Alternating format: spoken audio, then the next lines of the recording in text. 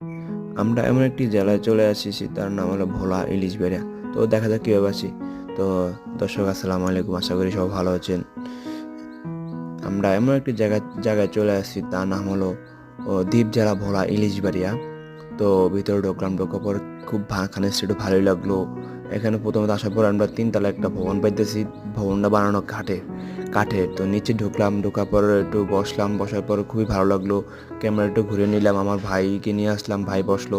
বসার পর আমরা এখান থেকে বের হয়ে আমরা দ্বিতীয় তলা অবস্থান করতে যাব। তো দেখা যাক দ্বিতীয় তলার উপরে ওইটা দেখে কি অবস্থা।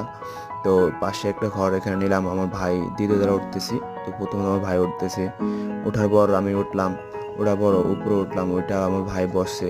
বসার পর আমিও বসলাম একটু নদীর ঠান্ডা বাতাস হাওয়া খাওয়ার জন্য বসলাম। বসে আমার খুব ভালো লাগলো। ভালো লাগার পর আমরা আবার উপরে যাব, যে তিনতলা, তৃতীয়তলা আমরা উঠতেছি। ওঠার পর আমার ভাই উঠতেছে। তো ভাই উঠলো, আমি উঠলাম পিছনে। তারপরে খুব নিচে থেকে উপরে ওয়েদারটা খুবই ভালো লাগলো আমার কাছে। আপনাদের কাছে কেমন লাগে তাও জানি না, আপনারা আসতে পারেন ভালো লাগলে।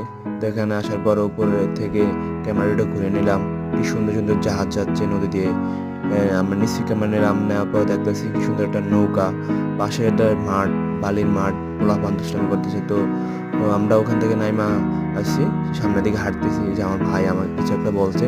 তো যাই হোক না কেন, তো হাঁটতেছি খুবই ভালো লাগলো। নদীর আবহাওয়াটা আমরা ফিল করতে পারতেছি। পাশে অনেক ঘর রয়েছে।